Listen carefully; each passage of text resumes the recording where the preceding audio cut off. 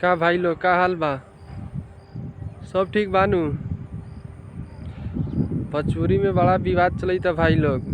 वही विवाद में भोजपुरी के ट्रेंडिंग स्टार के गाना आयल बा, आवारा बलम बोल बम के, जौना के आप लोग खूब प्यार दी, आशीर्वाद दी और गाना के 1 नंबर पर ट्रेंडिंग में मंगा दी। ठीक बा ना? ई विवाद के छोड़ी और भोजपुरी के आगे बढ़ाई आप लोग। अगर विवाद के देखम तो भोजपुरी आगा ना बढ़ी। ई आलतू पालतू कोनो यूट्यूबर आके कुछो बोला तो वो सबके छोड़ी भैया लोग।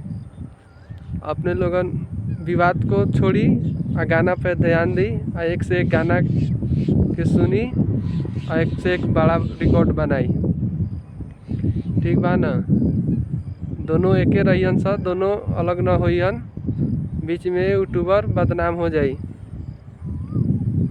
ते सबके बढ़िया से भाई लोग सुना, गाना के 1 नंबर पर ट्रेंडिंग में मंगावा भाई लोग, और भोजपुरी के सारा कलाकार के सुना, छोटा हो को चाहे बड़ा।